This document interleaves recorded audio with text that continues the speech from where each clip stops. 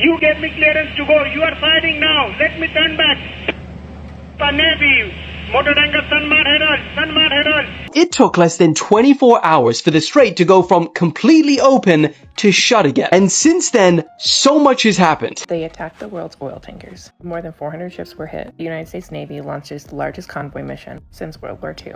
And this is the last time the Strait of Hormuz became a battlefield. Only 20% of the world's oil supply passes through here, and Iran's parliament just approved a measure to close down the strait, according to Iran's press TV. The world's busiest energy artery, the Strait of Hormuz, has been on fire for months, and the global economy is quiet and hard. On today's episode, we're talking about the birth of the Strait of Hormuz down to the boarding of the tankers on the Strait of Hormuz. Stick around to learn a thing or two from the most dangerous path on the earth at the moment. The Strait of Hormuz wasn't meant to be a battlefield, but 35 years ago, the earth began a violent transformation. The Arabian Plate began a slow-motion collision with Eurasia, crumpling the earth into the Zagros mountain. As the land buckled, the sea ran into depression, forming the Persian Gulf. But when we look closer at the map, to the north we see Iran, and to the south we see Oman. The collision left us with a jagged, narrowed eye. Now, this narrowed eye is deep enough for the super tankers, the biggest tankers, to pass through. Geologically, it is a masterpiece. But when we look at it strategically, we see that it's actually a trap. When the Rashidun Caliphate transitioned to the Umayyad Caliphate in the 7th century, everything was business as usual. But around the year 750 AD, when the Umayyad Caliphate fell to the Abbasids, that is when the Strait of Hormuz truly began to peak in prominence. And the Abbasid Caliphate was the great golden age of Islam. This is when paper began to be popularized. They had bookstores. It was the epicenter of intellectualism, scientific research, and literacy for the world, which again made Hormuz an even more important and prestigious global trading center. Ships were coming from and going to China, India, parts of Africa, so it was called the Silk Road of the maritime world. That takes us to the history of the chaos. The chaos that's happening now on the Strait of Hormuz is not a new thing. The Strait of Hormuz has had a memory. In 1980, during the Iran-Iraq war, both nations, Iran and Iraq, realized that they could not win each other on land, and as such, they took the war to the waters. That was the first tanker war to have ever happened on the Strait of Hormuz.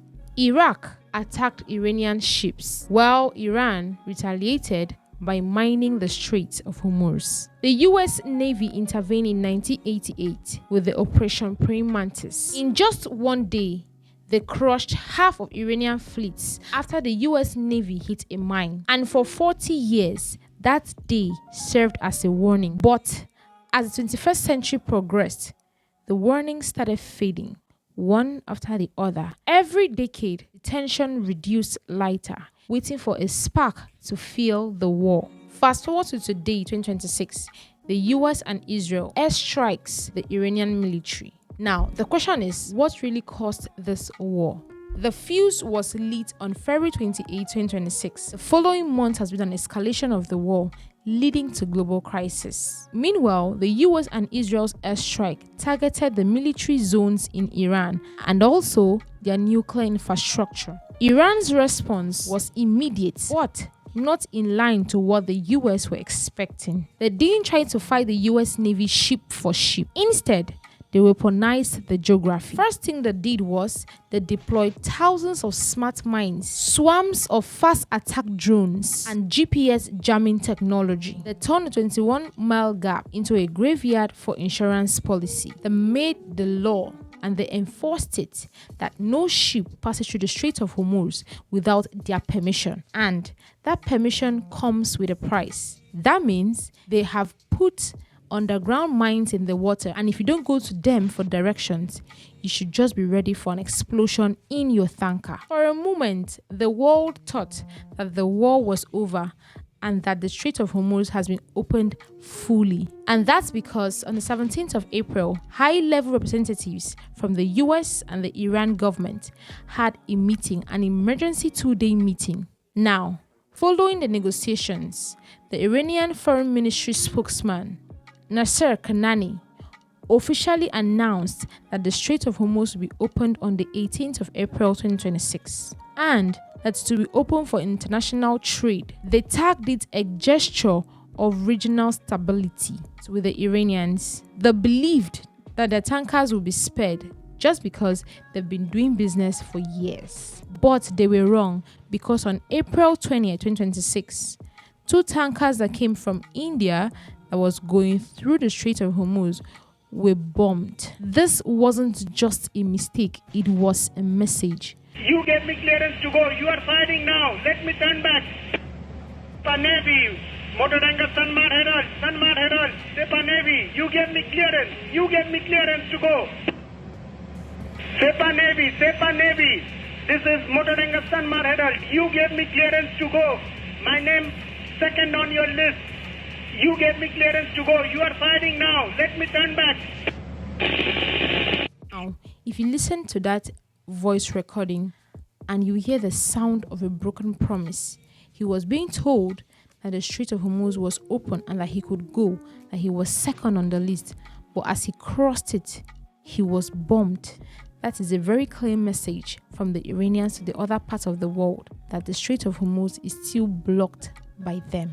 Now, the question is, what do the Iranians want? The first thing they want is sovereignty. They want power over the Strait of Hormuz. They want the world to know that that is their territory and not an international passage for goods and services. Now, this is also their way of trying to weaken the US dollar. They are trying to break the back of the US financial dominance. Will this war end soon? Experts say no, as the war is still ongoing. Firstly, on Saturday, the day after it was announced it was open, Iran fired at not 1 but 2 Indian ships who thought they were allowed to pass. A day later, on Sunday, the situation escalated even further because the US then got involved after an Iranian-flagged cargo ship attempted to bypass America's naval blockade. Now, Iran is saying that crossed the line. They said it was a violation of the ceasefire and they warned that retaliation is coming. Bro, this war is never gonna end. Unlike in 1988, the US were able to overpower the Iranians, but now the Iranians have over 5,000 mines in the waters, and they are adding more mines every single night. This isn't just a battle of weeks or months. It's a conflict of quarters. Iran is actually not a theocracy. Iran is a military dictatorship. It's not run by the Ayatollahs. It's run by the IRGC, and that makes it more dangerous. We are in an unusually dangerous period right now. We bombed Iran on behalf of the Israelis, and the Israelis have concluded that, no, that's not good enough. We didn't destroy all the underground facilities. They were deeper than we thought they were. We have to overthrow the entire government. You can't overthrow the entire government. It's decentralized. This is a beef I had with American war planners too. There is never a plan to get out. It's easy to go in and just start killing people and overthrow a government. It is almost impossible to make a clean escape. As we sit in April, the doors to the Strait of Hormuz are still locked and the keys are being held by the Iranians. Now, the funniest thing is, while the other parts of the world are still dealing with the global oil crisis, the Iranians are celebrating over their missiles. Now, they claim that these missiles are meant to protect their country and not to start wars with other countries.